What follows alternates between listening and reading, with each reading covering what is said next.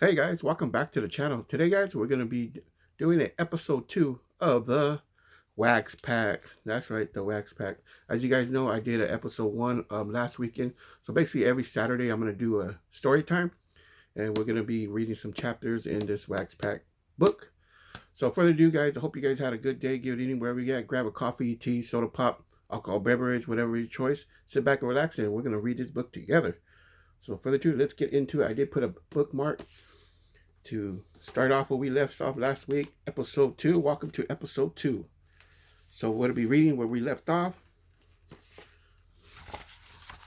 Okay, but the Coliseum in my church and the upper deck of my pew.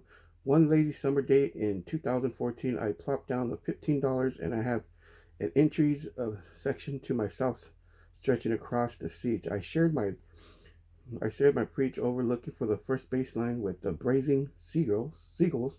That's pretty neat because every time I go to the Oakland Stadium, there's always seagulls out there in that stadium, man. I tell you, squirking seagulls and adjusting food or scraps in my present. The jumbotron display and the team lineup and the player statistics just beyond the top of the Oakland Hill glows in a sea of a golden light, even from the nosebleeds. Seeds freshly watered green of the outfield grass, reddish brown of the infield dirt. We take like a tropical rainforest with a buzz cut. He's talking about the Oakland Coliseum field, which is very true. Yep.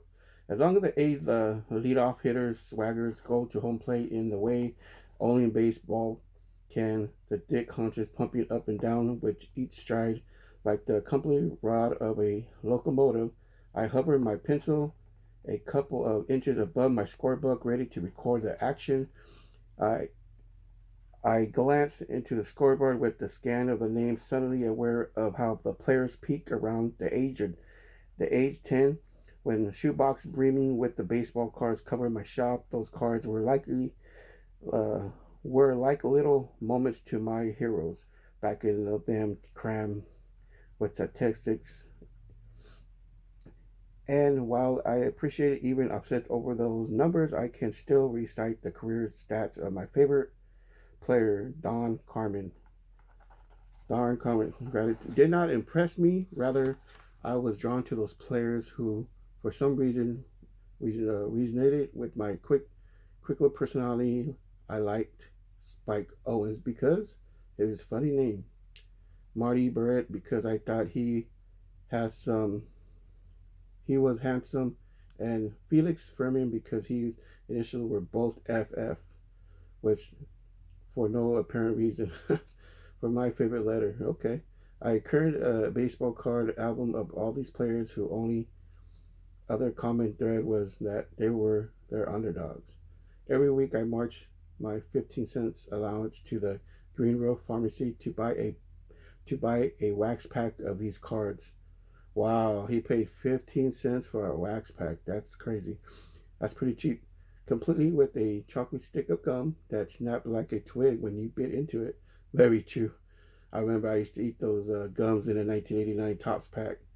Each pack, each pack was a kid version of a scratch-off ticket, a chance to find a favorite player waiting inside. But even at the young age, I was not content just to let the cards sit in an album. Needed it to know everything I could about the players themselves, to connect with them in some way. When my parents purchased our first computer in 1992, I immediately opened the word processor, remembered a notepad, and typed in a biography of Marty Barrett and his complete statistics with a printed out of a pressing to my nose, inhaling the sense of a fresh ink, somehow writing down those numbers, printing them out to make them real, intangible in a way that merge dot never could. But again, it wasn't enough to just print them. I then took the track down Burnett in person, finding him at a car dealership and where he was signing autographs. I could not present to reply. I could present the report to him. I wanted to study him to see what he looked like in a normal street of clothes and to simply know he was a nice guy. Wow, guys, that just brings me back memories. I remember it was back in I would say 1988 or I would say 1988. I remember meeting Dave Henderson, Hindu from the Oakland A's. He actually was visiting a local dealership, and he was signing autographs at a local Ford dealership in my town.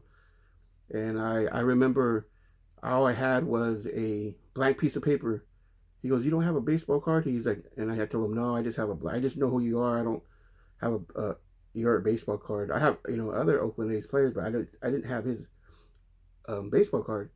He goes, "Don't worry, I got some." I'm like, "Cool." So he hooked me with the autograph. He signed it in blue ink. I remember in 1990 tops. He signed his own card. He gave me his autograph with the baseball card and plus a piece of paper that I told him that I brought to him. But I was so stoked to meet him in a Ford dealership. I was so happy, and I was probably young. I was really young. But this just brings back memories. He went to a dealership to go meet Brett. That just brings back memories right there. I think I tracked down Burnett, finding him in a car dealership where he's signing autos. I can present report. I wanted to study him. The street clothes to let you know, and he's a nice guy. As I got older, I needed a document. Only the grew. I became a certificate, especially in emologist for a professional demanding observation, research, and recording. Keeping in the right side of a brain, keeping in the left side of mind.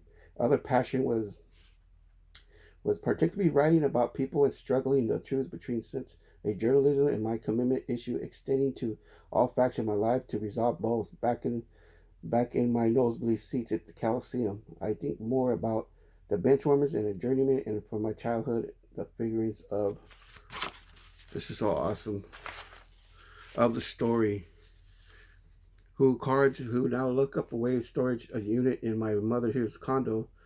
Thank you for not tossing them, Mom. I picture the vessel that the cards came in the wax packs, wondering if they even made it them any more, smiling, spreading across my face. Wow, that's just awesome, guys. We're gonna go ahead and wrap it up there.